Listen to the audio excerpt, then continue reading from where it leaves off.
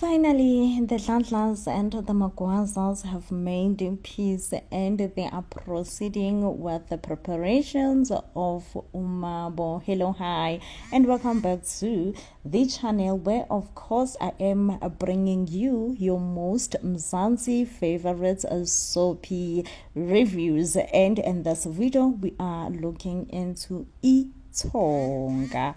Now, guys, we know of lately that the Dladlas and the Magwazas were definitely not seeing eye to eye.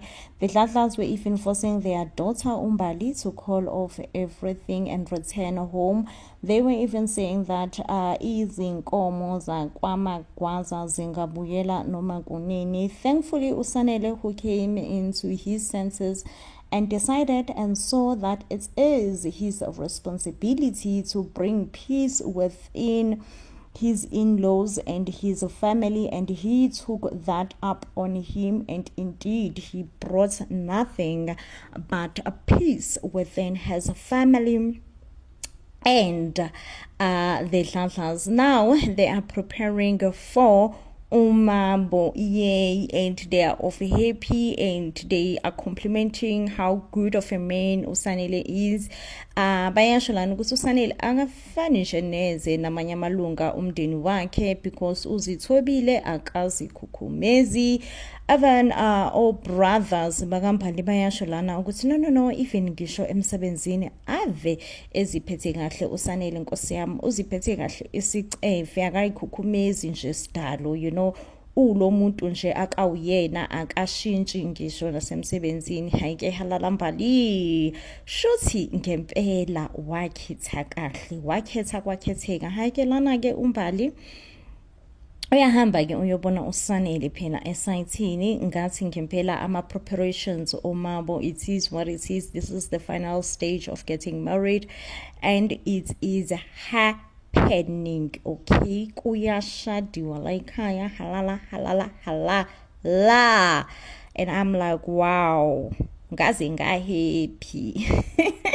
I'm just happy for Umbali benosanele. Honestly speaking, like I am excited. I am I am over the moon happiness.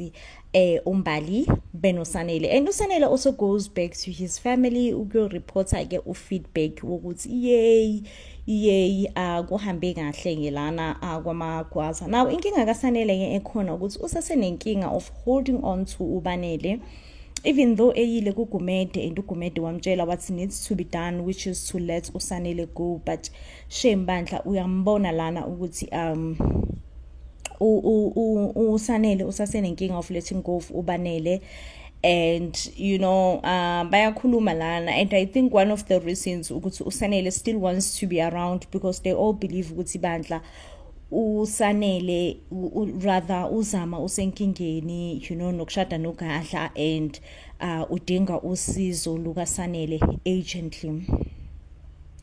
So therefore by exchange ayelana ngemuzimba once again, and uzama made it clear ukuthi no Sanele andikudingi qha. Okay, and now inkinga ukuthi uSanele urefusile ukubuyisela uBanele back to emathongeni kwabalele, and uGumede uyasho ukuthi mfana kade ngifuna ukukusiza but wena ungiphoxile and weza wazodelela ngisho intomba yami and nje ngiphoxekile kakhulu ngawe, so therefore angisayingeni indaba yakho, angisafuni nanokwazi into. Kumele uyazi ukuthi ngale senzo sakho esibi sokuthi udisrespect intomba yami usuzolandela nje umfowenu, indaba yakho angeke isababikho. And ngempela it seems like ama attacks lawa alebela bhiza hlasela uSanele, it's not Banele's doing, it's out of Banele's control as well. No Banele naye akasazi at this point, he feels like akasazi ukuthi kumele emncede kanjani umfowabo, and ufila nje conflicted, he feels conflicted and not understanding how exactly he should help his brother. But guess guys, ama attacks ayamuhlasela uSanele because kwakungamele embuyise ubanele back to life. It's unusual, it's unheard of, and it's something that no one ever does. So the fact that he did it, it's shocking. It's shockingly unusual and shockingly unheard of. So therefore, now even Banele's parents, rather, the family is suspecting what's but khona into off, and iyambamba ke lani attack yakhe, where he starts seeing things that we don't see, and is having difficulties breathing and all that, and before we know it, he's down on the floor. We then see Ubanele rushing, also trying to help his brother, not understanding really what's going on and what's happening within his brother. And this is when that we get to see ukuthi uSanele uyashulana ukuthi no, we realize ukuthi no, uGumede ube right, ube right uGumede, ngempela usiko mele lenziwe, and uBanele must go back emathongeni. And noBanele nayo uyasho ukuthi no, I'm ready, I wouldn't want to see you suffer. You are my brother, I love you. Of course I wanted to come back to earth, but not at your cost, not at the cost of your life. If you're having severe heart attacks and all that, I will not risk your life just so that I can have something that I want. Your life is more important to me as well. So therefore we had a knock in the door, and it appears with ubaba omncane, and uSanele must pull up her face. It seems like he's struggling to breathe, he's in pains and all that, but he must still pull up her face so that his family will not really know and understand what exactly is happening. And he must be like, no, I'm fine, I will come to the door, I'm okay. But we get to see how scared Ubanele is. Ubanele is scared to death, realizing his stubbornness of refusing to go back emathongeni ayoba yithonga, it's actually costing his brother's life right now. But I'm grateful that upon him realizing, he's also like, no, this cannot happen, this cannot go on anymore. If I need ukuthi ngizoreturn. But then now inking enkulu uGumede, because Ubanele had a tendency of taking over Sanele's body and start insulting uGumede, wamkhiphela ngisho ivolo, and uGumede do not take those insults lightly. Just like I do not take this kind of insults lightly. You insulted me and I don't take it lightly at all, that you had to insult me the way that you have insulted me. So therefore, just know, mfana wami, just know ukuthi you are too late, and whatever that is meant to happen with you shall and will happen.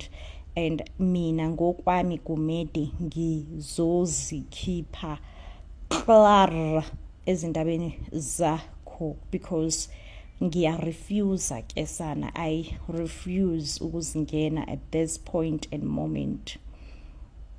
Now we get to see uZamisto, Zama pull up a fight. Zama pull up a good fight, trying to fight ukushada udladla, but ugadla means to say, but it seems like, she pull up a good fight, yes, but she couldn't win.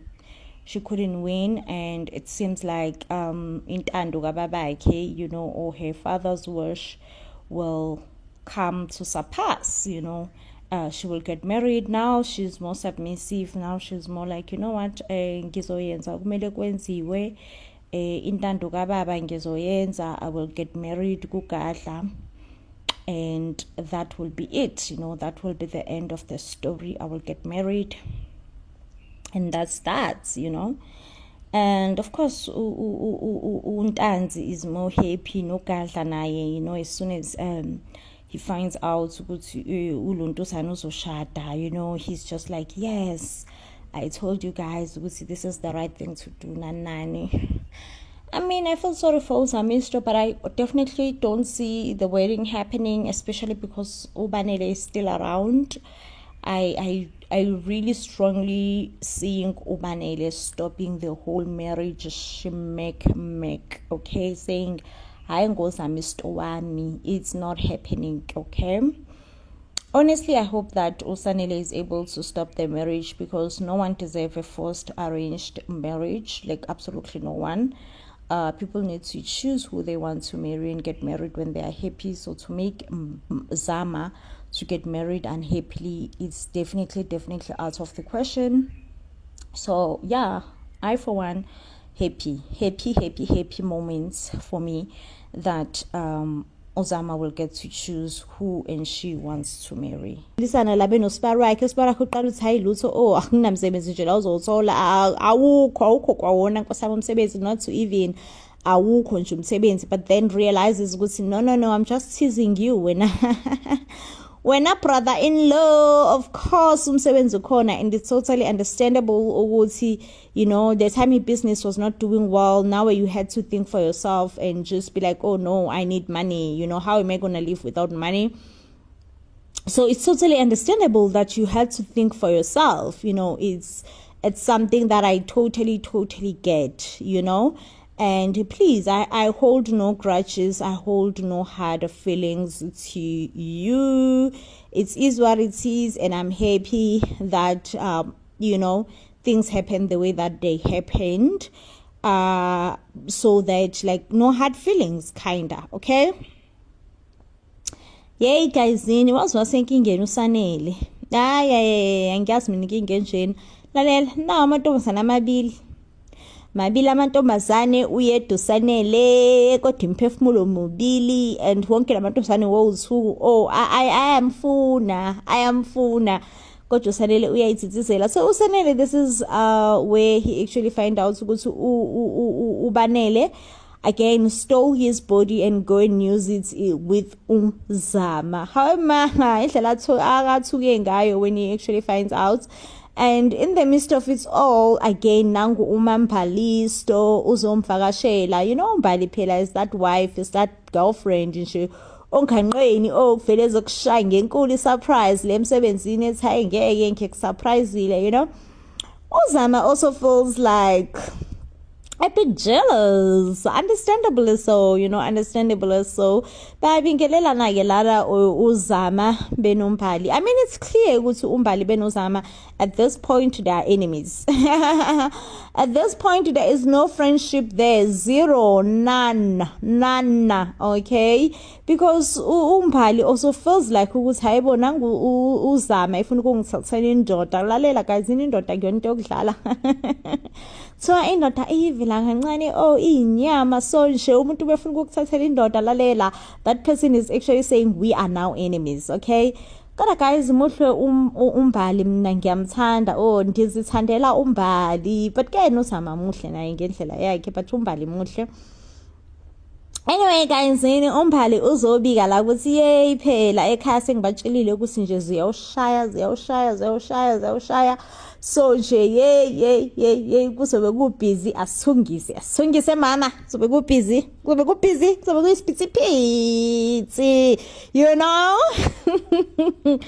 And yes, usanele acts all surprised, but he does say ukuthi yena akakayibiki indaba yakhe kubo, and this does not disappoint uMbali too much ukuthi hayibo sana usho ukuthini manje, because you the one othe ngihambe ngiye ekhaya ngiyobika ukuthi kuzoba nomembeso, manje wena futhi akakayibiki le ndaba. But ke usanele guys naye uhambile wayibika kubo indaba yakhe ukuthi ngeke umembeso nje mele ube khona.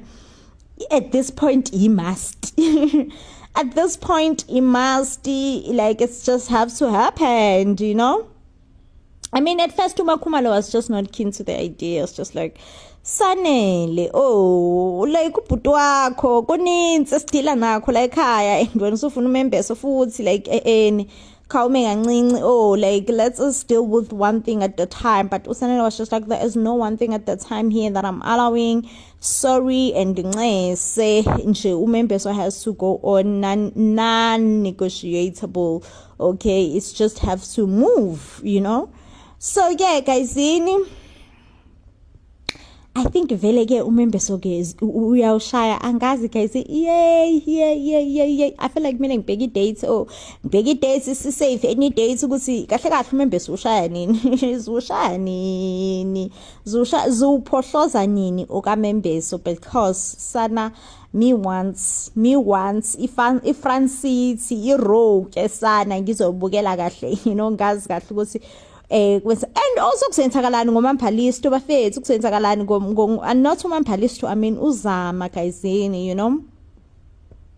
kusenzakalani ngoZama bafethu because I mean in a way guysini naye bandlo uZama ngiyamzwela guysini muhle naye uZama bafethu muhle naye and honestly ngiyamzwela because she is caught up in like and something that is just definitely unexplainable and she does suspect ukuthi hey man kunento offlana because she does suspect ukuthi hey man I'm experiencing two people at different times you discuss no Mom Faith lentaba ukuthi hayibo Mom Faith kuyenzeka yini ukuthi abantu beshintshisane ngomphefumulo mhlawumbe omunye ephile kulomphefumulo omunye umzimba Mom Faith usho ukuthi hayi angazi nami babesho kanjalo kudala ngisakhula and uyashumbala ukuthi hayi man noma ngathiwani because at some point usanele becomes ubanele bebe right be vibe kube mnandi and then at some point usanele becomes usanele ebe isithithi engazi lutho engasho lutho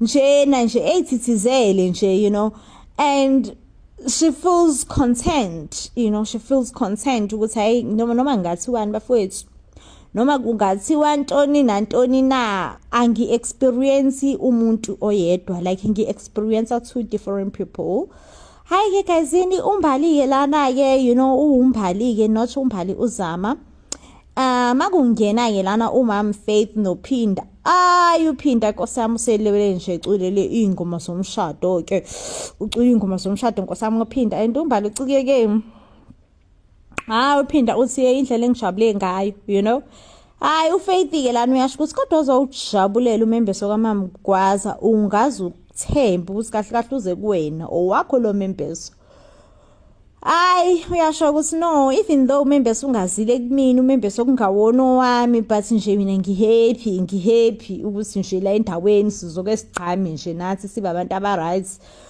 abenza into eziright umbali wavela washeka wavele sheke ngathi usuku lomembeso selibekiwe kwaze kwakuningi okwenzekalayo ezulwini kwaze kwakuningi like umbali and I think umbali kosani nosumbali Zama has to come up with a plan ukuthi nje distract now umembeso ukuthi ungenzeki because hayibona guysini like yazini nami nje at this point I'm like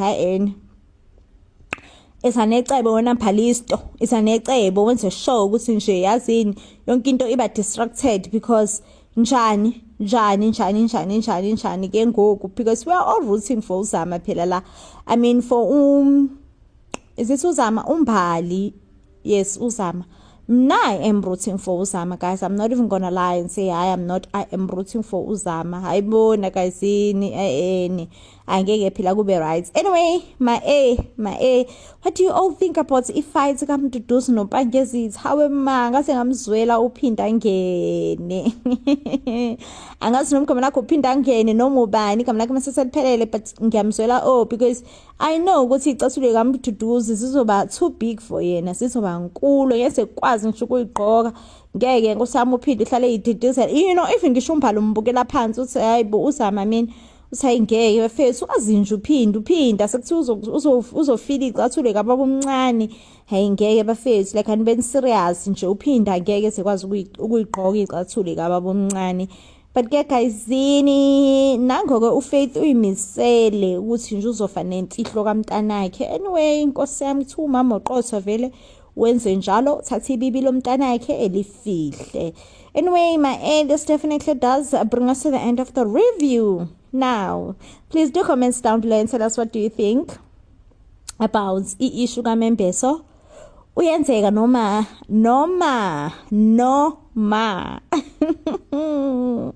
This definitely does bring me to the end of the review. Now, if you do love and enjoy our reviews, you will give this video a huge thumbs up, and I will see you on the next one when, of course, I am bringing you more reviews. Until then, please do stay blessed.